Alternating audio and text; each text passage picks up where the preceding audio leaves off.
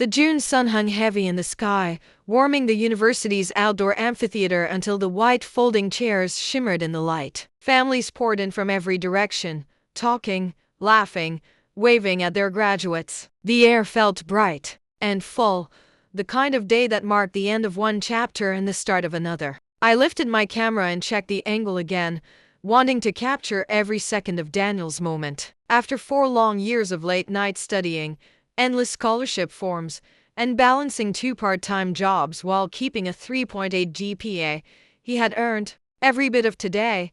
I remembered walking past his room at 2 in the morning and seeing him hunched over his calculus book, eyelids heavy but determination stronger. I remembered the nights he said no to parties, the weekends he worked instead of relaxing, the quiet sighs he let out when he thought no one could hear. And now he was somewhere in that wide sea of blue and gold gowns, ready to cross the stage and become a college graduate.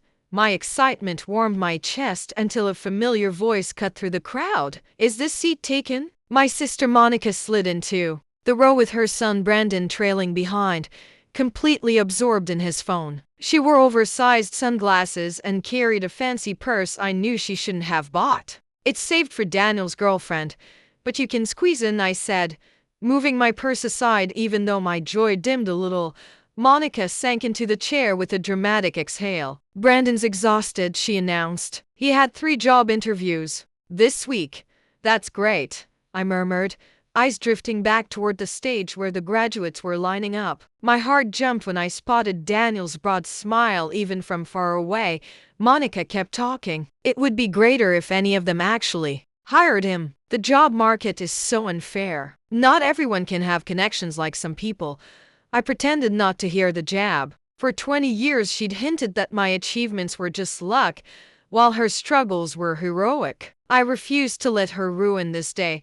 The ceremony started with speeches about bright futures and changing the world. When the names began, I rose to my feet with my camera ready. Daniel Martinez, graduating summa cum laude, Bachelor of Science in Computer Engineering. My son walked across that stage like he belonged there. My heart swelled so much I had to take a slow breath just to steady myself. I saw flashes of all those nights he'd fallen asleep at the kitchen table, surrounded by textbooks, pushing forward even when he was exhausted. After the ceremony, Daniel found me with Emma beside him, both glowing with excitement. "Mom, I did it." I hugged him tightly, tears slipping down my cheeks. "I'm so proud of you, sweetheart." "Let me see that diploma," Monica said, pushing forward with Brandon still glued to his phone. "Oh, summa cum laude. Well, computer engineering is one of the easier technical degrees, isn't it?" Daniel's smile dimmed just a little. "It's actually one of the more competitive programs, if you say so," she replied, then turned to her son. "Put that phone away. Show some respect for your cousin's participation trophy."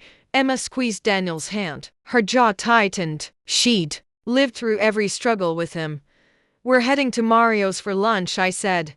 "My treat." "Emma's parents are meeting us." "Oh, we're coming too," Monica declared. "Brandon needs a good meal. He's been living on ramen because of his job search." At the restaurant, I'd reserved the private room and ordered Daniel's favorite dishes ahead of time. The room was decorated with banners, white linens, and fresh flowers. I wanted this moment to feel special, because Daniel deserved it. As we settled in, Monica immediately complained about the parking, then the temperature, then the chairs. Brandon kept scrolling, not acknowledging a single person. Emma's parents arrived with a wrapped gift, smiling proudly. "For the graduate," her father said. "We know you'll do great things." Daniel opened it to find a leather portfolio and a generous gift card. "This is really generous." "Thank you. It's for interviews and work clothes," her mother explained. "Starting a career gets expensive." I pulled out my own envelope. "This is from me, honey. I know you've been looking at that certification." "Course." Daniel opened it, and his eyes filled with tears when he saw the $1,000 gift card. "Mom, this is too much. You earned every penny."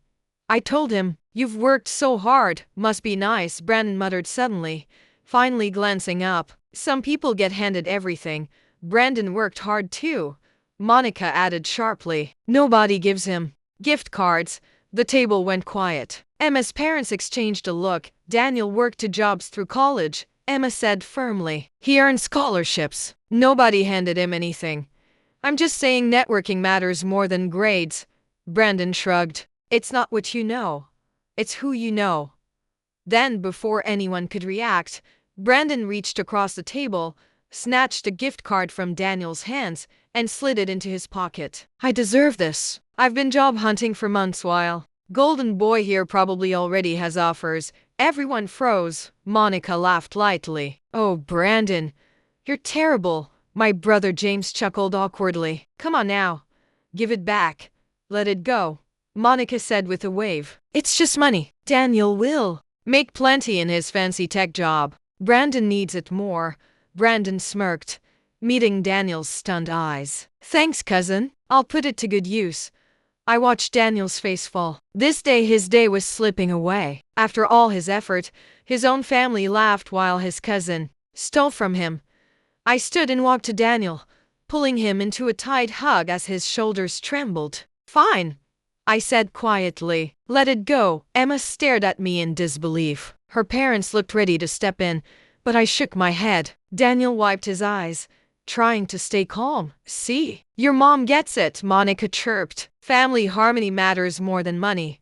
Lunch dragged on awkwardly. Daniel barely touched his food. Brandon smirked between phone checks. Monica went on and on about how expensive Brandon's apartment was, how unfair the job market had been to him, how he deserved a break. When we finally walked out into the parking lot, the sun was dipping low, stretching long shadows across the ground. Other families were laughing, celebrating, taking photos. Our group stood in heavy silence. Emma pulled me aside, anger simmering in her voice. How could you let him do that? Daniel's heart broken. That was theft in front of everyone. And they laughed. Trust me, I said softly, placing my hand on her shoulder.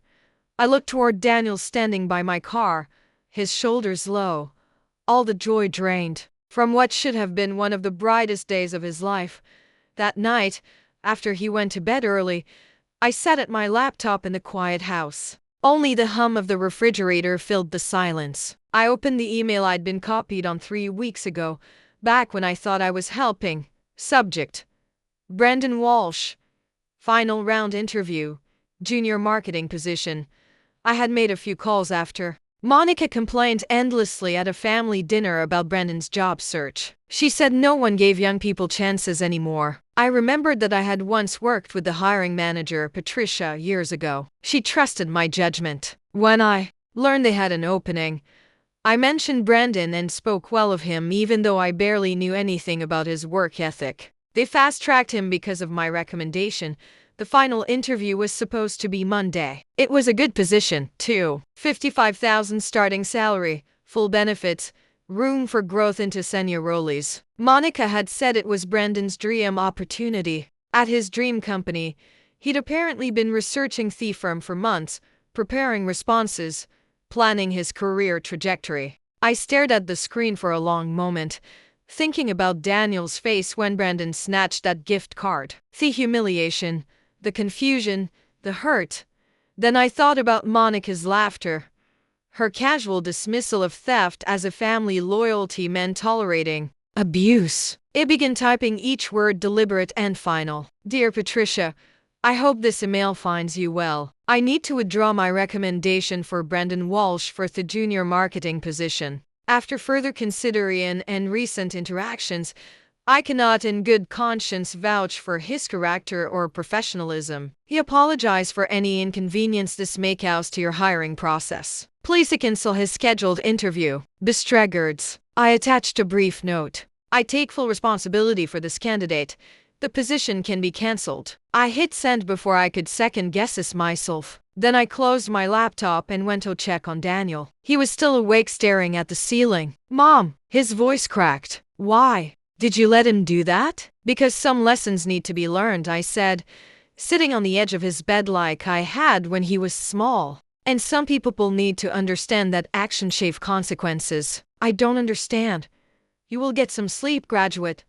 Tomorrow's a new day. Monday morning, I was making coffee when my phone exploded with calls. Monica's name flashed across the screen. 5 times in a row before I finally answered. "What did you do?" she screamed. "What did you do to Brandon?" "Good morning to you too," I said calmly, sipping my coffee. "The company called him. They canceled his interview. They said someone withdrew the recommendation, and they no longer have confidence in his candidacy. This was his dream job. He's been preparing for weeks." "Oh no," I said flatly. "That's terrible. You did this. You had to have it on this. You're the only one with connections at that firm." "Am I?" "I thought networking didn't matter. I thought it was all about hard work and merit. This is different. You sabotaged him over a stupid gift card." "Let it go, Monica. It's just a job. Brandon will find plenty of opportunities with his impressive qualifications.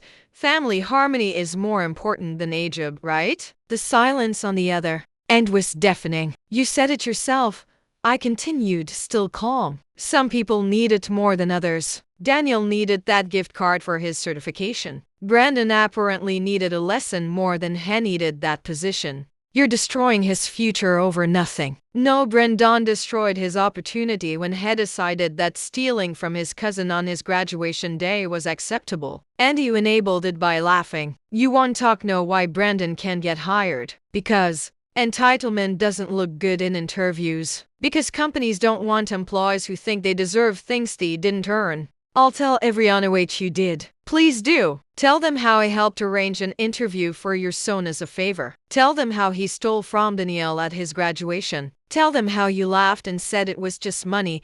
Then tell them how shocked you are thought he decided my professional reputation should be attached to someone who behaves that way." I could hear Brandon in the background, his voice rising in panic. "The company said they're blacklisting him from future applications." Monica's voice broke. "They said recommendation withdrawals go in their permanent files. You can't ever play there again." "That does sound serious." I agreed. "Almost as serious as stealing from a family member and having your mother defend it. But I'm sure Brandon will land on his feet. He's so talented and hardworking according to you." "Please." Monica's tone shifted to pleading. "Call them back. Fix this. I'll make Brandon apologize. He'll give the gift card back." "The gift card isn't the point, Monica. The lesson is Brandon is 23 years old. It's time he learned that being family doesn't mean freedom from consequences. It's time he learned that opportunities are earned, not stolen. And it's time you learn that enabling his behavior doesn't help him." "You're cruel." "No.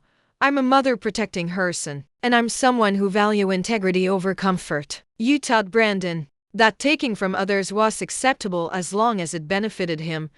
I'm teaching him differently." I hung up before she could respond. Daniel emerged from his room, having obviously heard my side of the conversation. "Mom, what happened?" "Brandon had a job interview today. He doesn't anymore." Understanding waned on his face. "You got him that interview?" "I made a call. I thought I was helping family. Then I realized I was about to help someone who doesn't respect what others work for. So he muddy the call. He's never going to work at that company now." "Nope. They take recommendation withdrawals very seriously. It's in their permanent system, but there are other companies.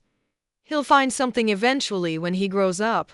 Daniel was quiet for a long moment. Then he hugged me tightly. "Thank you for standing up for me. Always, sweetheart. Always." My phone buzzed with a text from Emma. "Did you do what I think you did?" I replied, "Let it go.